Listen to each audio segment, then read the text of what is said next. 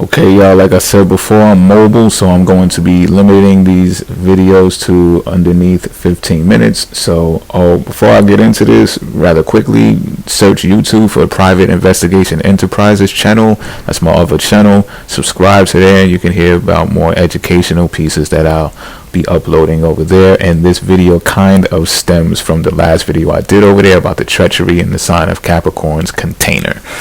So what was asked there is, what is the role Pisces plays? How does Pisces fit into all of this? And kind of like all of what I've spoken about in that video, but it related to a Pisces identity, their role, their purpose, and their destiny. So I'm going to break this down as swiftly as I possibly can. I did this video 2 times over because it exceeded 15 minutes, and when I went to upload it, it just wouldn't let me do it because I'm doing it from my phone. All right, so as quickly as I can, here we go. So I'm going to start with the identity because it's the most complex to explain out of these things that are asked for. Your identity, Pisces, is going to be closely associated with your moon, and you might hear some other people say that the people are really their moon signs, and I would say don't deny that, but there's a correlation with the moon and the sun is what my opinion is.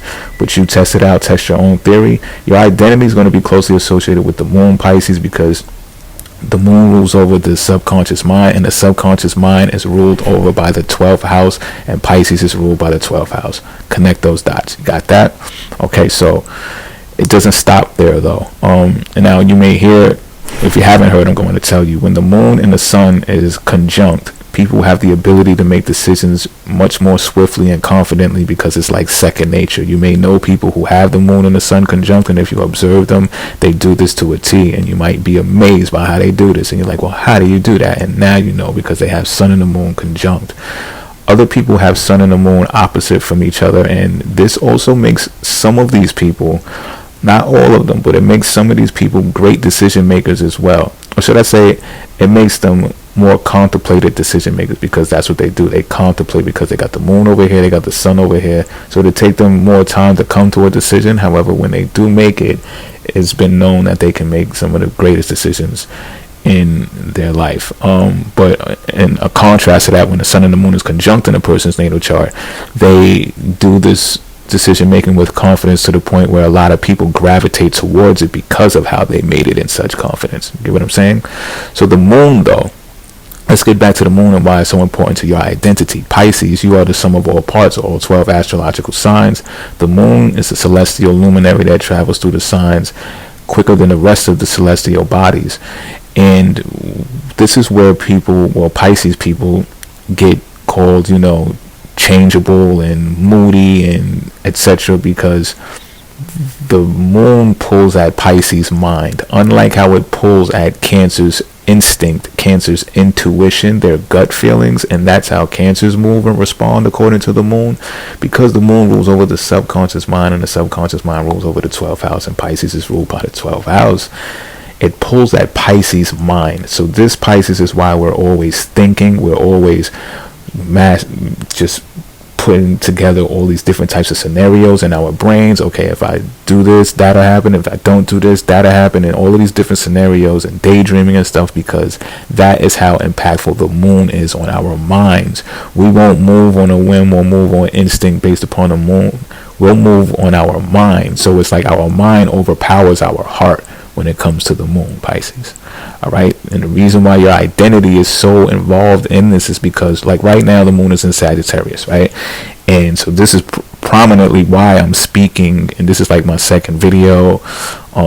I've been doing other stuff related to voicing myself and talking about life experiences, lifestyles, ways of life and stuff like that since the moon has been here, is because that's how impactful the sign of where the moon enters is on me being a Pisces. You understand? My not giving a fuck, carefree attitude to just talk about these things openly without care of criticism or concern of anyone being opposed to what I'm saying. Like, it just doesn't matter. I'm being blunt as a Sagittarius would. But this is like from a sense of higher learning, a sense of a higher meaning of life, something that means more to me, right? All Sagittarius constructs.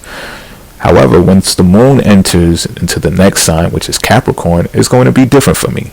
I'm going to change up on everybody, and I'm going to be looking towards connecting with my friends and stuff like that. Why? Because in the solar dial, Capricorn is the 11th house for all of us Pisces. So take note of this. Once the moon enters into Capricorn, you're going to be looking for your friends, the people who are important to, like the important networks that help you obtain your dreams, your wishes, and stuff like that, and bring it into fruition. And however it results in your natal chart, that's something we'll talk about in a few minutes. But you get what I'm saying? This is why we're mutable. This is why we're interchangeable. This is why our moods switch. And moods doesn't always mean, being moody doesn't always mean something negative. Happy is a mood too, so don't let the negative connotations get to you, Pisces. However, the changing of the moon in all of these different signs impacts you much more differently than it impacts a different zodiac sign, because you are the sum of all parts. And if you try to ignore this or bury this concept in order to fit into the rigid constructs, especially the earth plane constructs, then you will suffer mental illness, mental frustration, and you have to get out of that. And this is why the other names get attached to, Pisces. They're not in it to win it, or they're wishy-washy, or they're weak-willed. It's just like, no, you have to maintain your mental sanity by behaving the way that the moon channels through these different positions. And, I've been subject to having to maintain my rigidness and sort of inside of different constructs in order to maintain wealth in my possessions and stuff like that. I'm sure we all have. However, in the bigger scheme of things, it's just like every time they said, oh, well, you're fired, or you got to be let go. Like, these are the reasons why. It's because it went against my mental well-being of how I move and how the moon moves through these different signs, and I must be me. So this is your identity, Pisces. You must be you. So when people are giving you all of this shit about what it is that you behave like, and because it's contrary to what is popularized or what is mandated, coerced, then you got to eat that, because this is you. You are you, Pisces. All right, that's your identity. And the sun sums it up for itself. You are the sum of all parts. We already know what the Pisces sun sign is about. So when you conjoin that with the moon, you definitely see what your identity is. Okay, so that's your identity. So now I'm going to talk about your purpose, because your role is going to affect your purpose. Your purpose is your sun sign. Period, point blank, period. And there are industries inside of the Pisces field of work that are closely associated with where your purpose is going to be found. Just give me a moment, because I was just reading this not too long ago, but this is these industries. You can find Pisces. You can find your purpose inside of these industries somewhere along the line. So it's medicine, photography, film, sales, the beverage industry, footwear, chemistry, oceanography, podiatry, fishing, aquatics, large institutions, energy, environmental work, and pharmaceuticals. Somewhere along those lines is your purpose, okay? Your soul purpose, your solar power, your battery, your DNA. Okay, so let's take a scenario real quick so you can understand what I'm saying. Let's say you are a photographer, right? But you're sewing the footwear. You take photos of footwear, right? So there's two industries that I mentioned along Pisces, right? But it doesn't pay. So just because I said, your purpose is inside of these industries, it doesn't mean that you're going to be buku rich overnight or whatever the case may be. You may have to put work into this, or it might begin as a hobby, but for some reason in the back of your subconscious mind, you know that this is your purpose. So you're taking photos of footwear, and then you reach a capacity in your computer to where you need more RAM. RAM is an Aries word. Pisces is the last sign. Aries is the first sign. Pisces would be more along the lines of the forgetful people, unless you have a certain disposition in your chart that says otherwise. And Aries would be more of the memorable sign of the zodiac, right? Hence the word RAM, which means memory in the computer language. So you need more RAM for your computer in order to, because you don't want to delete any of your photos of the footwear that you've collected thus far. So you need new RAM. So what are you going to do? You're going to need to get money, Pisces. And this is where you must become self-absorbed, not selfless, but self-absorbed. Because in the text, self-absorbed goes with the sign Pisces. Selfless is not in the text, although it gets associated with us a lot.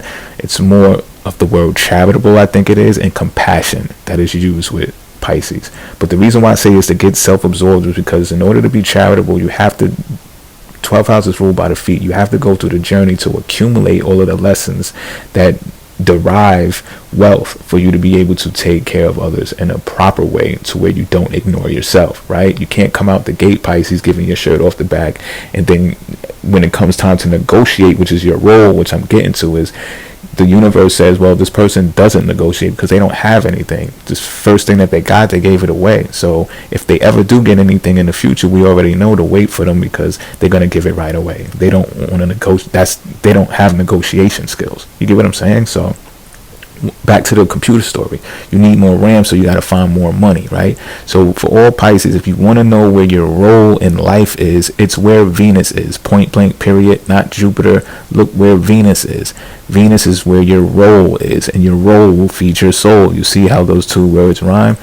And this is where Venus, think about it, Venus is exalted in the sign of Pisces. It's the epitome of feminine energy and the divine feminine. This is when two or more come into play in a harmonious manner. Fair exchange, no robbery, even if it results into 30-70, 80-20, or 50-50. As long as the person had the ability to negotiate the result, that brings harmony and reciprocity into the engagement, which doesn't entail conflict, aggression, war, fights, and stuff like that. That's more associated with Mars and the ego, right? And the male masculinity.